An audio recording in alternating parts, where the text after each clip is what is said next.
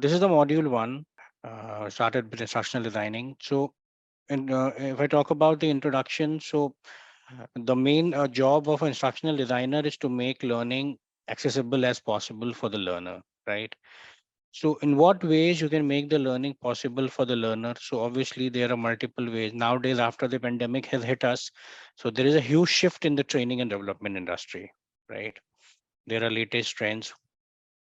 Earlier, there used to be no online training. Only we used to have online meetings with the staff.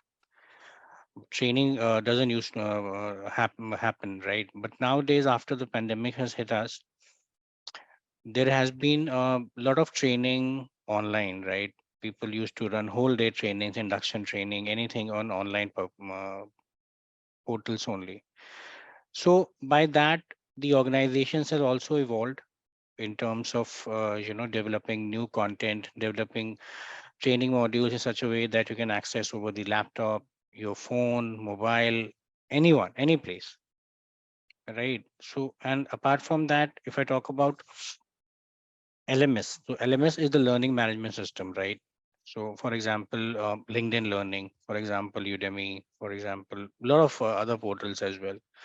You can access any content on the go, right? You're not required to wait for anyone so that the trainer should come.